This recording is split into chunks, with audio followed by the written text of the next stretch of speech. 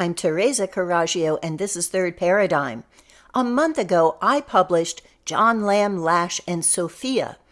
John is the person who has most popularized the story of Sophia, which is from the Gnostic Nag Hammadi library that go back 2,000 years but have only been translated and discovered in recent decades.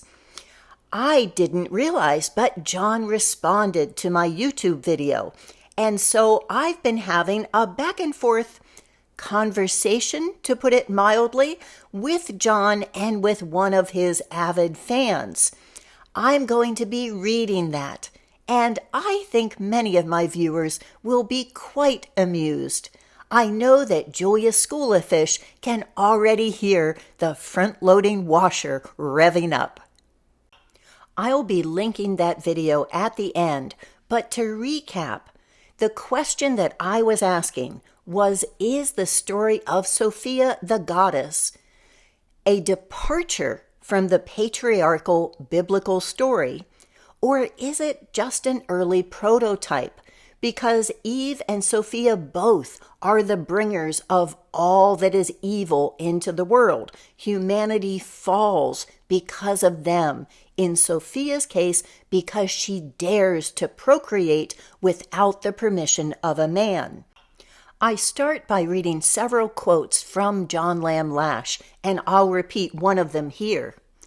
From its inception, patriarchy has relied on salvation narrative to underwrite its program of genocide, ecocide, sexual repression, child abuse, social domination, and spiritual control. This script works beautifully for the dominator agenda because it was deliberately written for it. How can a story about love, forgiveness, and divine benevolence endorse the perpetration of evil? This seems impossible and against all reason, until we realize that the story is not what it appears to be. The salvation narrative of the Bible is a story of perpetration conceived to support and legitimate the dominator agenda. And I write, I couldn't agree more. I then quote 8 paragraphs from an interview with John on who Sophia is, and I don't comment on that. I then quote 7 paragraphs on his Kalika war party, which is his action plan in response to the goddess. And the only comment I make on that is that war seems like a masculine response to goddess spirituality. That is the last that I deal directly with responding to John. The rest is all my own research and my own interpretation of those Gnostic stories and putting them in the context of the Bible. And I've tried to put these in a coherent order, even though we had several different threads going at the same time. John first wrote, regarding the Kalika lethal strike, is this not a masculine, warlike interpretation of goddess spirituality? Yes, it is, but the interpretation is not original to me, although the technique is, and it is not due to masculine bias.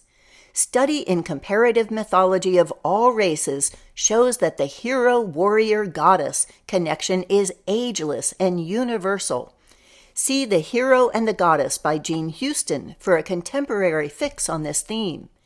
Heracles means the wrath of Hera, indicating that the hero expresses the wrathful embodiment of goddess spirituality. Read the Iliad, where Athena supports the Trojan heroes. Athena was a war goddess. Venus was a love and war goddess. There are countless other examples showing that the male hero-warrior was the central figure in goddess spirituality in all cultures of the past. By the way, the Kalika lethal strike can be practiced equally by men and women. In my experience, women have been among the most ruthless and competent adepts of the killing magic. The Sethian lineage is indeed embodied in the white Aryan races, including the ancient Persians who gave the Sophianic myth to the world. You may regard the myth as Aryan nonsense that does not empower women, but I would counter that the passionate, embodied indwelling of the wisdom goddess in the imagination of women is an innate empowerment, the supreme empowerment, as it is also with men. I infer that you're reading the myth in a mirror of feminist, slanted, theological inversion. One Gnostic scholar commenting on another. I replied, a potential disconnect is that I'm going back 3,000 more years than you, before hierarchy was imposed. H-E-I-R is the etymological spelling of the A-R in Aryan, which means divinely appointed ruler. They followed one heir of the Sky Father Dies Pater.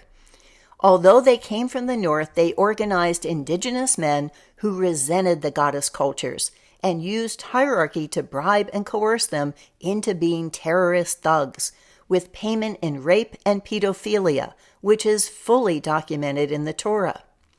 In Egypt, they had the nomarchs, archons of the Nile. In Greece, this became the archons in the Areopagus. The archons and Aryans tried to convince us they're the gods in their scriptures, but I don't buy it. Dies Pater becomes Zeus and Ju Pater, who birth from their heads. The Aryan god of war is Ares, Mars. The warrior goddess is a story written by them, sprouted from the head of Zeus. When you talk about matriarchs, it's a contradiction in terms. No woman could be an archon. Women were owned by their father, husband, husband's brother, son. So female embodiments, mythical or historical, of the patriarchon or father-ruler concept are going to be within the context of power over others, hierarchy, Aryan archons. You are conflating patriarchy with masculinity, where I think the real men were the ones protecting the women and children, not because they were their owned, but because it was the right thing to do. John answered, disconnect or a difference of perspective and methods. You've gone back 3,000 years. Fine. I've gone back far longer than that. If I can make it out correctly, what you are doing is a philological critique of ancient societal structures. Philology depends on wordplay and linguistic conversion of Proto-Indo-European root words. I can't converse with you on that as I don't work in that way. Women were owned. I don't know where you get this notion. Have you studied Gimbutas, who goes back more than 3,000 years? Have you investigated the origins of sacred prostitution, which is a vulgar way of referring to the rituals of the Heros Gamos, in which the male patriarch showed his right to exercise masculine power by intercourse with a daughter of the great goddess? Clearly, we have cut different tracks into the past and come back with different interpretations. I am not disposed to argue about our differences. Good luck with your thesis.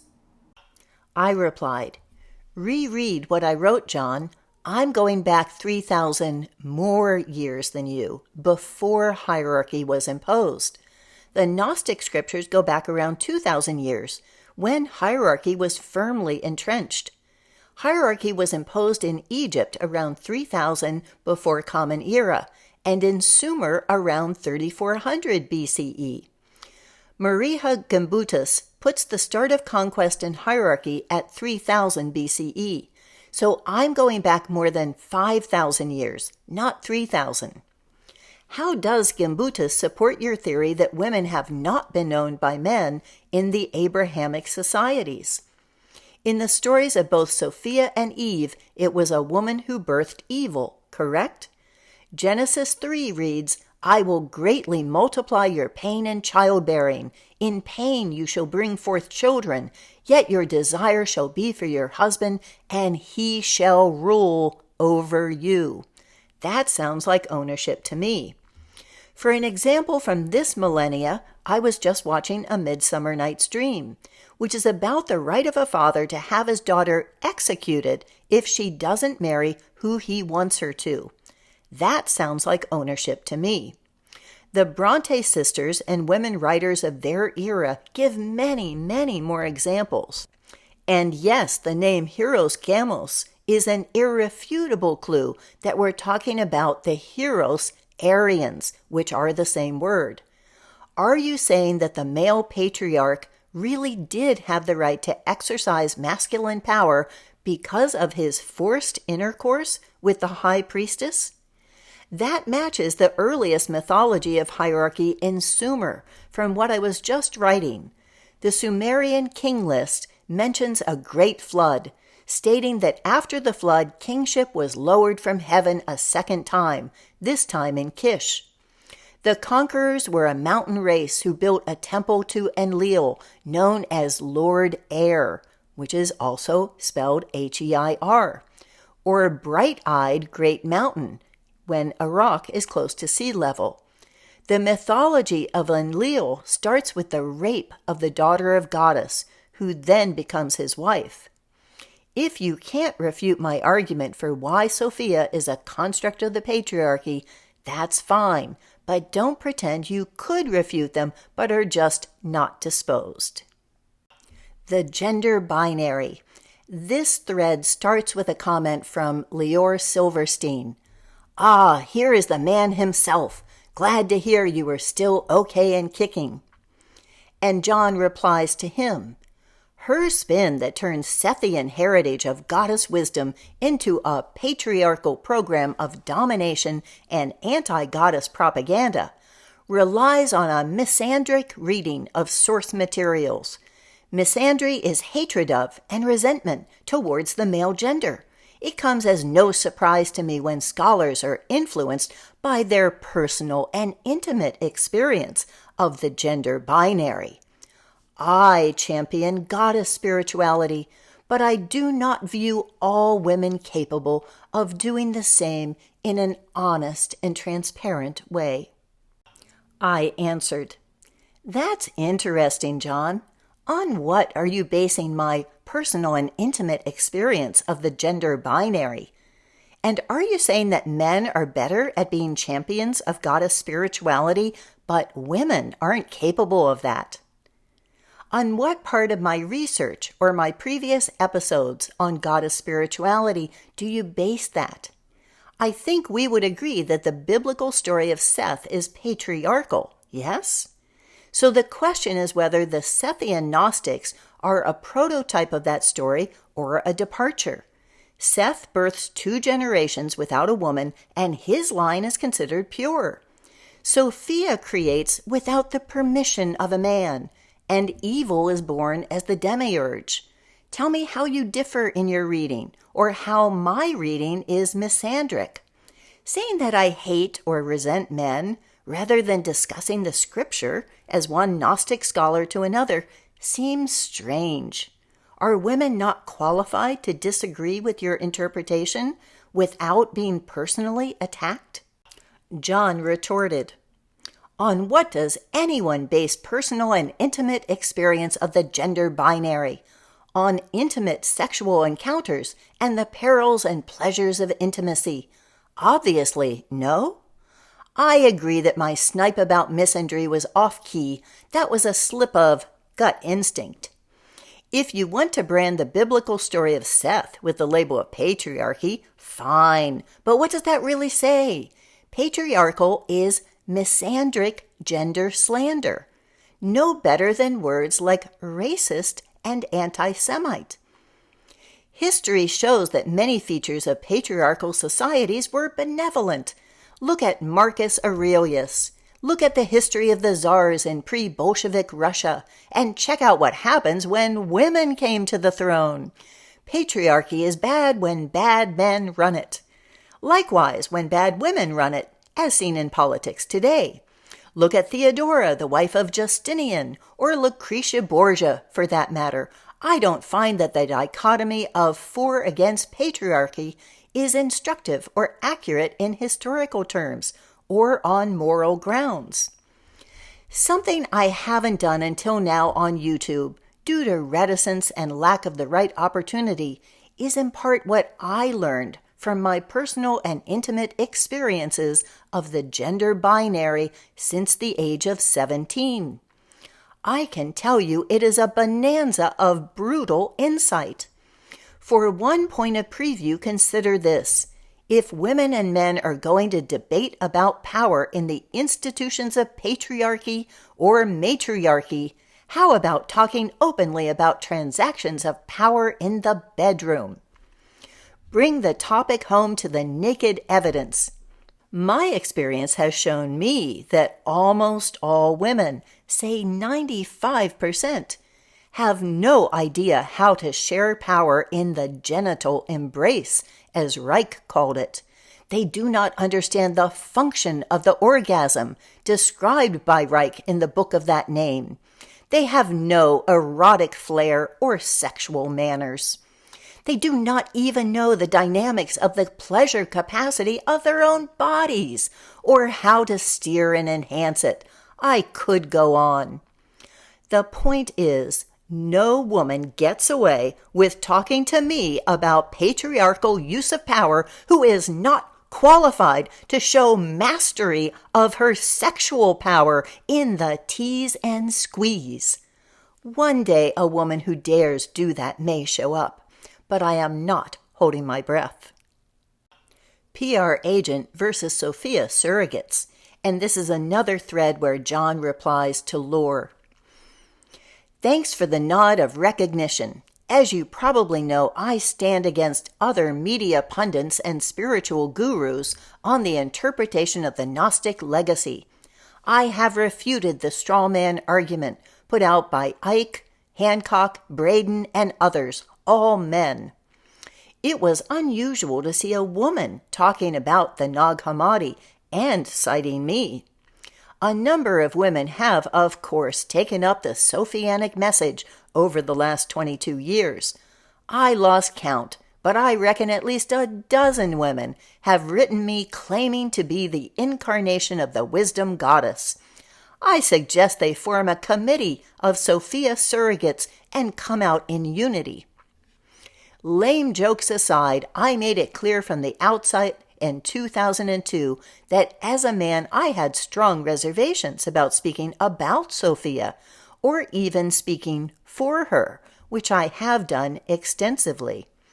But you can judge for yourself how the man representing the mother goddess has stood up over time, compared to women talking about her. Today, I fully accept that I can put myself forward as the voice and representative, like a PR agent, of the wisdom goddess. Whence this confidence, you might ask? It comes down to love.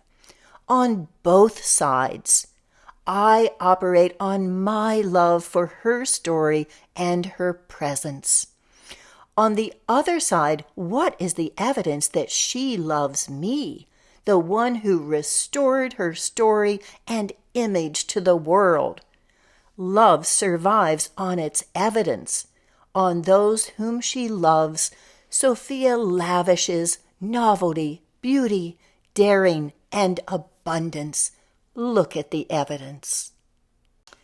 I answered, When you say I stand against other media pundits and spiritual gurus, that wording includes yourself as one media pundit and spiritual guru standing against the others. That is self-evident from your later comments here. Taking up the Sophianic message makes you the originator of that message. Do these women agree with your interpretation of millennia-old texts only recently translated? With other scholars, I've compiled binders putting different translations of the Gospel of Philip side by side because the translators don't agree. How did you get appointed as the authority on Sophia? At least a dozen women have felt the same mystical insight that you claim to speak for Sophia, yet they are a joke while you are Sophia's PR agent, in your words. You can judge for yourself how the man representing the mother goddess has stood up over time compared to women talking about her. I certainly see that you've developed a cult following, the most outspoken of whom are men, and women interviewers who treat you as a guru, not to be questioned. You claim to be loved by a goddess, while being disappointed by flesh and blood women, of whom you state, "My experience has shown me that almost all women, say 95%, have no idea how to share power in the genital embrace. They do not understand the function of the orgasm. They have no erotic flair or sexual manners. They do not even know the dynamics of the pleasure capacity of their own bodies or how to steer and enhance it." So you not only know more than women about goddess spirituality and wisdom, but even about their own pleasure and bodies. And you state, "The point is no woman gets away with talking to me about patriarchal use of power who is not qualified to show mastery of her sexual power in the tease and squeeze." Do you really mean to be revealing that only 5% of women in your bedroom since being 17 experience orgasms? They get no pleasure, and this is their fault? I will continue getting away with talking to you about the patriarchal use of power without feeling any need to demonstrate my sexual power in the tease and squeeze.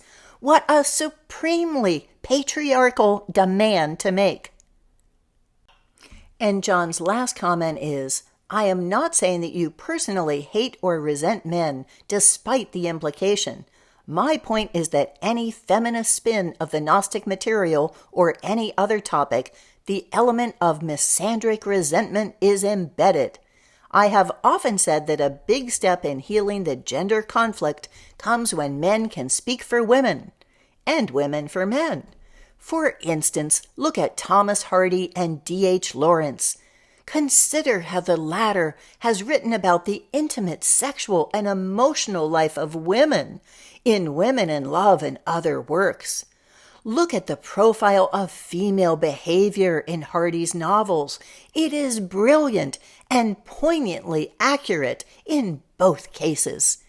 I have yet to find a woman who can write about the intimate life of men with equal acuity and compassion.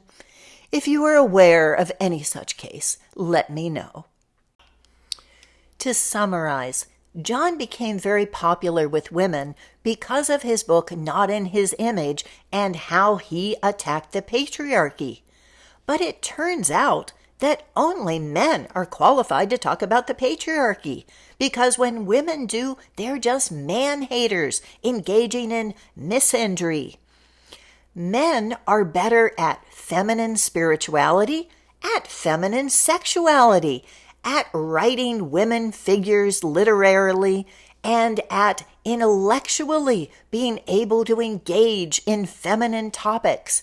This is a man's world, and John thinks that that is just fine as long as it is good men, and that those women who talk to him about patriarchy need to first prove that they are good in bed and on his terms, which is not necessarily for their own benefit. If I believed in the Kalika lethal strike, I should be quaking in my Uggs, but I invite John to do his damnedest, because we need to settle once and for all, is evil supernatural, or is it because of men like John who see it as their divine right to dominate women because they have been chosen and loved by that god or goddess? Stop and embrace the goddess. I will end with some excerpts from the comment thread with Laura Cohen-Silverstein. And this is quite long, so I will be summarizing. He starts by saying, "See, this is the case of having too much noise in your head, which means you need to connect to the origin and embrace that mystical connection you are mentioning to clear the basic emotional sphere. You are making many assumptions, and frankly, since you just confused me with Lash, at this point is making me question your mental acuteness. Things are not that complicated, and the only authority in my view is the source that has spoken through Lash and others. The source that created everything, The source the archons would like to connect but can't because they are not alive or dead. They are just idle, inorganic, demented, blind, petty, small creatures conspiring against the infinite force of wisdom and light.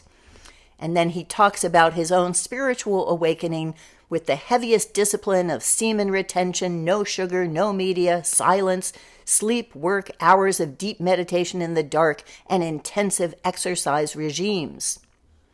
I understood this origin gave me the opportunity to finally see, and I felt the infinite joy and love around me. I realized to be alone or be in company is the same because we are unity. I knew magical dimensions were real. Then I learned about the mysteries and found Lamb Lash. I decided to reject my archontic parasitism as a privileged Jew. Now I consider myself an outcast that will destroy the enemy from within. See, that is straight as an arrow, cutting air. No need to be confused with the shape of things. Always focus on the essence. The shape is not important. And you keep speaking like a feminist. Archontic infection. Stop and embrace the goddess. I answered, Lore, I have never confused you with John. You saw the reply that I posted to his comment and thought it was for you. YouTube has very messy comment threads and sends subsequent replies to the original commenter. Your mistake doesn't make me question your mental acuteness, but questioning mine is a character attack, as is saying that I have noise in my head and need to clear the basic emotional sphere. Point out where I've made emotional attacks on John's character, rather than reasoned arguments refuting his direct quotes using research and verifiable data.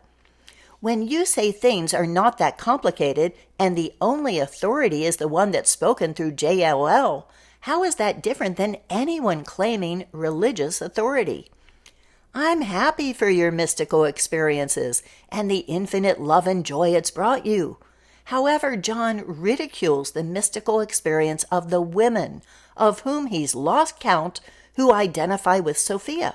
Why is your mystical experience valid and not theirs? Your mystical experience flatters John's ego, making him the ultimate authority. Perhaps theirs did not. You keep throwing out that label, feminist, without defining it or answering my points. Give examples of what I've said and why they're not true. Resorting to labels is an emotional attack.